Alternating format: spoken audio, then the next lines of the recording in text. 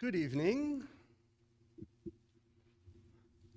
To be honest, I don't know how this is going to work. This is the most technical I've ever got with a lesson, so we'll see. We'll learn together. It should work. What is behind the door is the first title of my lesson. And I thought about this the other day. I was listening to something and they talked about, well, it started with an article. So I'm a dentist, which you all know. But there was an article I was reading recently, and it's true. I can back this up. We are seeing in my office a whole lot more cracked teeth than we really normally do. And so they did a study on it, and lo and behold, this is a fairly stressful time for people, you think? Yeah, and so one of the ways that people deal with stress is they clench their teeth at night or during the day or whatever, and then something goes snap, crackle, pop, and then I get a phone call. Hey, I broke part of my tooth. Is that a big deal or not? It's usually a big deal. Come see me. We'll see what we need to do. So I began to think about that, and I thought, well, yeah, it is kind of a stressful time. You know, you don't, how many people are in a building, who you can be with, who's got their mask on, who's got their mask off. I mean, it just hurts my brain with everything that's going on. And I think we all deal with enough stress anyway. To add 2020 on, it's just been tremendous for us. But I began to think, and this lesson is for me, and I hope you benefit from it. But if you don't, you just know that I did. So that's good. But how many times do you wake up in the morning and before your feet hit the ground, have you already ran through your mind different scenarios of what could possibly go wrong in your day? Or what is certainly to await you as soon as you get to work, or as soon as you have to wake your child up, or whatever that may be? How many times have you worked that out? Or how many times have you gotten in the shower in the morning and you're rehearsing that argument that you had with so-and-so the night before, and you think, well, if I would have said this, then they would have said this, and I could have said this, and then I would have really got them. Well, for me, it does happen. I wish I could wake up every morning, and a lot of times I do, but I wish I could wake up every morning like a Disney movie. Like I'm just waking up, I jump out of bed, and the birds are like, tweet, tweet, tweet, tweet, and I'm like, oh, good morning, birds. And the bed, they come make the bed for me. The only bird that makes the bed in my house is Stacy. And I wish I could do that, but not all the time does that happen. However, I did see something that occurred the other day in my house. Now, this is where it's going to get technical, and we're going to see if it works. Okay. This is, I don't want to say this, but I will. It's my grand dog. I don't want to be a grandpa yet. I'm way too young for that. But this is my grand dog. And I see the way Robert and Kristen, I was laughing the other day because I see the way they look at Riley, and I'm just like, I have no chance whatsoever. So once I do have grandkids, there'll be videos of the because I'll have it figured out by then. But this is Ellie. Now we'll see if this works. And this is Connor calling her. Ellie.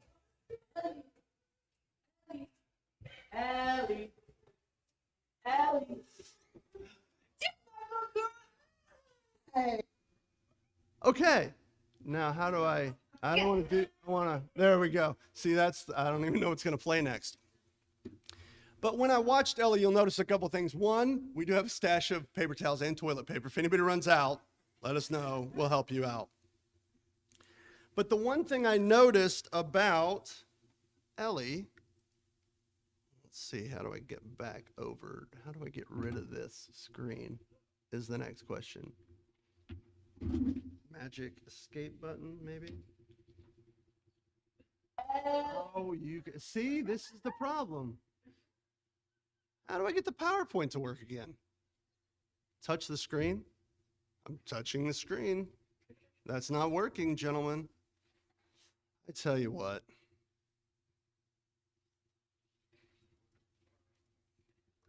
I'm clicking on the far right corner. Where do you want me to click? The big X? Okay, all right. See, this is why it doesn't work.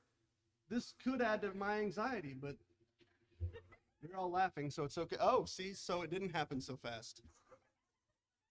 That's it. You want to close that one? What do you want? I want that PowerPoint back up.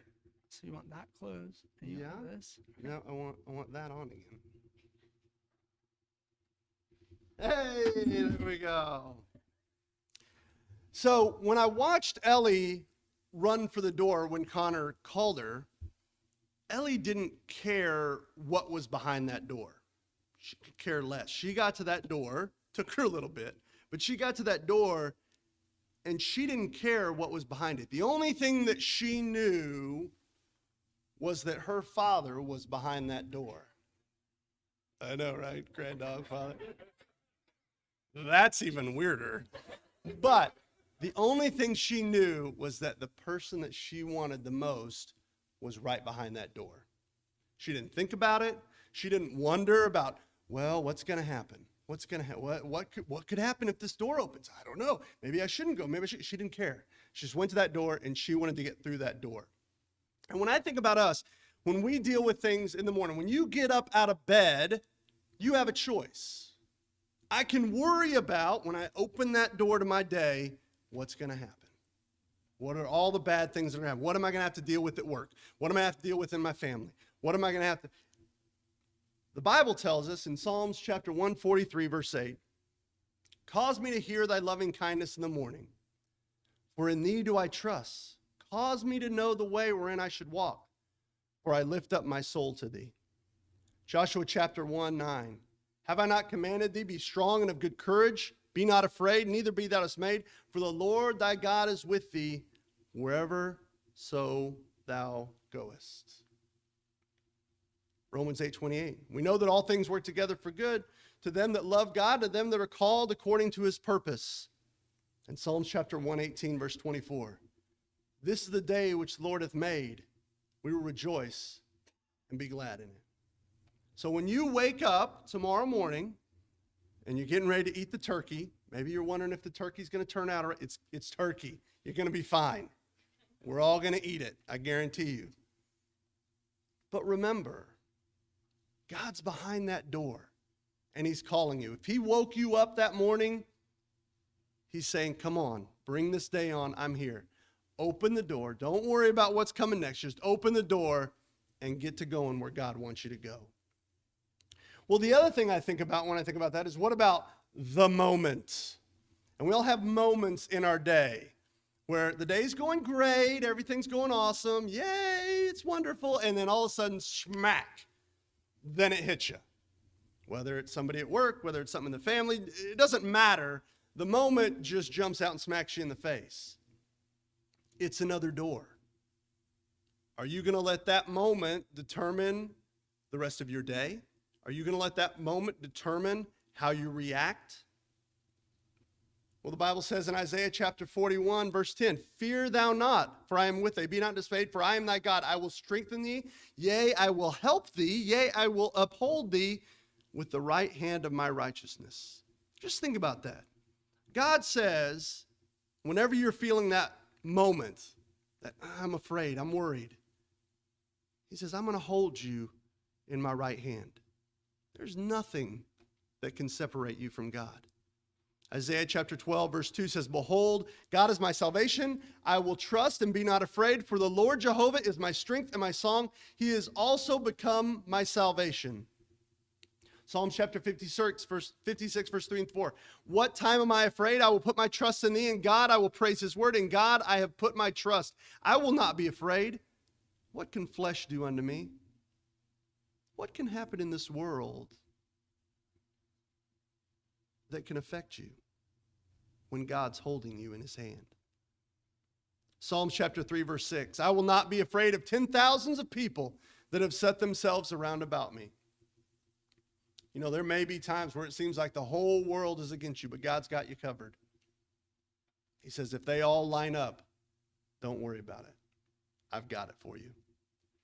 In Philippians chapter 4, verse 13, I can do all things through Christ, which strengtheneth me. There is not a door that is put in front of us that God won't allow us to open and walk right through. But what about the final door? Now, this could mean a lot of things. It's COVID. We all might die. We all might not. We don't really know. You might get hit by a car. Who knows? Or we may all live long, happy lives. I don't know. But at some point, we sometimes worry about our mortality. Jeremiah chapter 29, verse 11. For I know the thought that I think towards you, saith the Lord, thoughts of peace, not of evil, to give you an expected end. God's not some person up in the sky just trying to throw things in your way to make your life difficult. God has a plan for you. God has a plan for me. From the time I was born to the day that I meet him in heaven, he's got a plan for me. John chapter 14, verse 1 through 4. Let not your heart be troubled. You believe in God, believe also in me. In my Father's house are many mansions. If it were not so, I would have told you. I go to prepare a place for you, and if I go to prepare a place for you, I will come again and receive you unto myself, that where I am, ye may be also. And whither I go, ye know, and the way you know. You see, sometimes we look at this and we say, in God's house, in heaven, there are many mansions. Yes, mansion. Love it as long as I don't have to clean it. It's great. But then in verse 4, he says, and whither I go, ye know, and the way ye know. Not only is there a mansion up there, but there's a way to get there. And God says, you know it. Open the door. Take the step. 2 Timothy chapter 4, I've fought the good fight, I've finished my course, I've kept my faith. Henceforth there is laid up for me a crown of righteousness, with the Lord, the righteous judge, shall give me in that day. And not to me only, but unto all them that love his appearing. I mean, as humans, I think one of the things we worry about the most is death. Because even as Christians, as the assurance we have in it, there is unknown. People don't come back anymore and tell us, hey, this is what happens. This is how it goes. But God says, I'm behind that final door. Don't fear it. Come on through. And I've got blessings for you.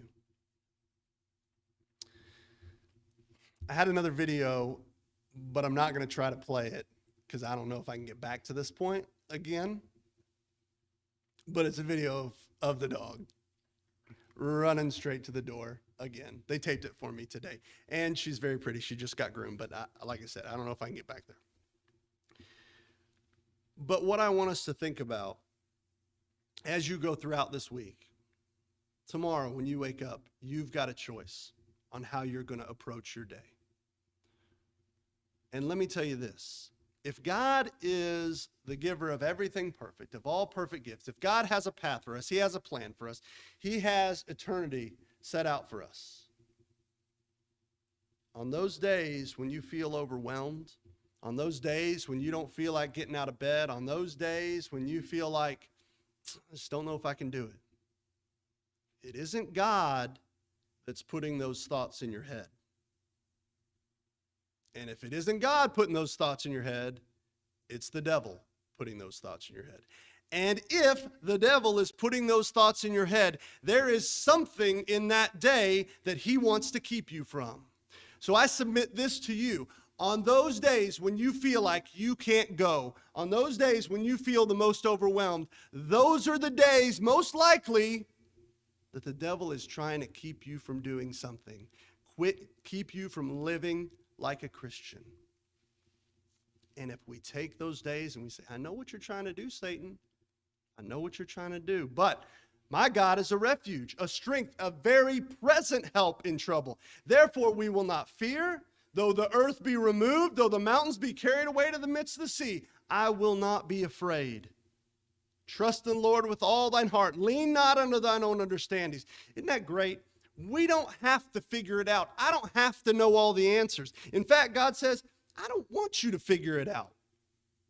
Trust in me. Trust in what I've laid out for you in the scriptures. In all ways, acknowledge him, and he will direct your paths. I tell my kids this all the time. It's not your path you're walking on. It's God's path that you're walking on. And the only problem is when we get off of God's path. But if we stay on God's path and let him direct our feet, we're going to end up right where we need to be. Be a puppy. Run for that door. Doesn't matter what's behind it, because God is going to open it for you. In conclusion, for God has not given us a spirit of fear. That's not from God. God's given us a spirit of power, of love, and of a sound mind. I pray that each one of us opens those doors tomorrow and the rest of this week and the rest of our lives and goes straight into it, trusting in God's love. If we can help you, come forward as we stand and sing.